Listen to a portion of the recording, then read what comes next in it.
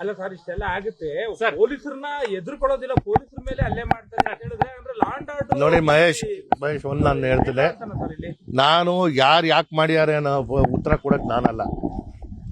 ನಡೆದೋಗಿರೋದನ್ನ ಯಾರು ಮಾಡ್ಯಾರ ಅಂತವ್ರ ಮೇಲೆ ಕ್ರಮ ತಗೋಬೇಕು ಅನ್ನೋದನ್ನ ಬಹಳ ಸ್ಪಷ್ಟವಾದಂತ ಆದೇಶ ಮಾಡಿದ್ದೇನೆ. ಯಾಕೆ ಪೊಲೀಸರನ್ನ ನೋಡಿ ಹೆದರ್ತಾ ಇಲ್ವೋ ಅಥವಾ ಏನಾಯ್ತು ಅನ್ನೋದನ್ನ ನಾನದ ಆ ವಿಶ್ಲೇಷಣೆ ಕೊಡುವಂತದ್ದು ನಾನು ಮುಂದಾಗಲ್ಲ. ನೋಡಿ, ನನಗೆ ಯಾರು ದಸ್ತಗಿರಿ ಮಾಡ್ಯಾರ ಅನ್ನೋದು ನನ್ನ ಮಾಹಿತಿ ಇಲ್ಲ.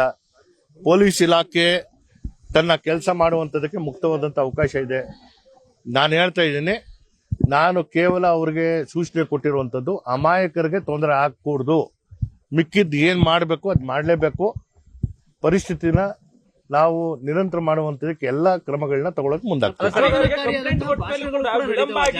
ನೋಡಿ, ಆ ಕಾರಣಕ್ಕಾಗಿ ಯಾರು ಪ್ರಚೋದನಕಾರಿ ಭಾಷಣಗಳು ಮಾಡ್ಯಾರೋ ಅಥವಾ ಯಾರು ಪಿತೂರಿ ನಡೆಸಿದಾರೋ ಅಂತವ್ರನ್ನ ಪತ್ತೆ ಹಚ್ಚುವಂತ ಕೆಲಸ ಪೊಲೀಸ್ ಇಲಾಖೆ ಮಾಡುತ್ತೆ. ಪೊಲೀಸರಿಂದ ವಿಳಂಬ ಅಂತ ಹೇಳಿದ್ರೆ ಅಂದ್ರೆ ವಿಳಂಬ ಮಾಡಿ ತಪ್ಪು ಮಾಡಿದ್ದಾರೆ ಅಂದ್ರೆ ಪೊಲೀಸ್. ನೋಡಿ, ನನ್ನ ಮಾತಿನ ಅರ್ಥ ಅಥವಾ ತಪ್ಪರ್ಥ ನೀವು ಗ್ರಹಿಸ್ಕೊಳಕ್ ಹೋಗ್ಬೇಡಿ. ದೂರು ಕೊಟ್ಟಂತಹ ಸಂದರ್ಭಕ್ಕೆ ಬೆಳಗ್ಗೆ ಸುಮಾರು 10 ಕಾಲಿನಲ್ಲಿ ದೂರನ್ನು ಕೊಟ್ಟಿರ್ತಾರೆ. ಸಂಜೆ 5 ಗಂಟೆವರೆಗೂ FIR ಆಗಿರಲ್ಲ. ನಾನು ಅಧಿಕಾರಿಗಳಿಗೆ ಕೇಳಿದಂತಹ ಸಂದರ್ಭದಲ್ಲಿ ಈ ಸಾಮಾಜಿಕ ಜಾಲತಾಣದಲ್ಲಿ ಬಂದಂತದ್ದು ಅದನ್ನ ಸತ್ಯ ಸಂಗತಿಗಳನ್ನ ನಾವು ನೋಡುವಂತದಕ್ಕೆ ಸ್ವಲ್ಪ ವಿಳಂಬ ಆಗಿದೆ ಅಂತ ಹೇಳಿದ್ದಾರೆ. ಜೊತೆಗೆ ಅಲ್ಲಿ ಕೊಟ್ಟಂತ ಹೆಸರೇ ಮತ್ತು ಆರೋಪಿಯ ಹೆಸರೇ ಸ್ವಲ್ಪ ವ್ಯತ್ಯಾಸ ಆದಂತ ಕಾರಣದಿಂದ ಸಮಸ್ಯೆ ಸ್ವಲ್ಪ ಆಗಿದೆ. ಹಾಗಾಗಿಯೂ ಕೂಡ ಏನು ದಸ್ತಗಿರಿ ಮಾಡುವಂತದ್ರಲ್ಲಿ ವಿಳಂಬ ಮಾಡಿಲ್ಲ. ಇಷ್ಟಿದ್ರೂ ಇದೆಲ್ಲ ನಡೆಯುತ್ತೆ ಅಂತ ಹೇಳಿದಾಗ ಇದಕ್ಕೆ ಕಾರಣ ಏನು, ಯಾರು ಇದರ ಹಿಂದೆ ಇದ್ದಾರೆ ಅನ್ನೋದನ್ನ ಪತ್ತೆ ಹಚ್ಚುವಂತದಕ್ಕೆ ನಾನು ಸೂಚನೆ ಕೊಟ್ಟಿದ್ದೆ. ಈ ಪ್ರಕರಣದ ಸಂಘಟನೆ ಕೈವಾಡ ಇದೆ ಸರ್. ನಾನು ಯಾವುದೇ ರೀತಿಯಲ್ಲೂ ಪ್ರತಿಕ್ರಿಯೆ ನೀಡಲ್ಲ. ನಡೆದೋಗಿರೋದನ್ನ ಯಾರು ಮಾಡ್ಯಾರ ಅನ್ನೋದು ಪತ್ತೆ ಹಚ್ಚಿ ಅಂತ ಹೇಳಿದ್ದಾರೆ. ನೋಡಿ, ಸುಮ್ಗೆ ಇದಕ್ಕೂ ಅದಕ್ಕೂ ನೋಡಿ, ಇದಕ್ಕೆ ನಾನು ನಿಮ್ಗೆ ಹೇಳುವಂಥದ್ದು ಇಲ್ಲಿ ಮತ್ತೊಂದು ವಿಚಾರ ಇಲ್ಲಿ ಅಥವಾ ನನ್ನ ಪ್ರತ್ಯೇಕವಾದಂತ ವಿಚಾರ ಇಲ್ಲಿ ತರುವಂತದ್ದಲ್ಲ. ನಡಿಬಾರ್ದಂಥದ್ದು ನಡೆದೋಗಿದೆ, ಅದನ್ನ ಯಾರು ಮಾಡ್ಯಾರ ಅನ್ನೋದನ್ನ ಪತ್ತೆ ಹಚ್ಚುವಂತ ಕೆಲಸ ಮಾಡ್ತಾರೆ. ನಿಮ್ಮ ಪಕ್ಷದ ವಕ್ತಾರರು ಹೇಳ್ತಾರೆ 300 ಜನ RSS ಕಾರ್ಯಕರ್ತರು ಬಂದಿದ್ದಾರೆ, ಈ ಕ್ಷೇತ್ರದಲ್ಲಿ 50 ಜನ ಮುಸ್ಲಿಂ ಟೋಪಿಯಲ್ಲಿ ಹಾಕೊಂಡು ಅವ್ರು ಭಾಗಿಯಾಗಿ ಮಾಡಿದ್ದಾರೆ ಅಂತ ಹೇಳಿ ಅವ್ರು ಹೇಳ್ತಾರೆ ಸರ್. ನೋಡಿ, ಯಾರ ವಿಚಾರಕ್ಕೂ ನಾನು ಪ್ರತಿಕ್ರಿಯೆ ನೀಡಲ್ಲ.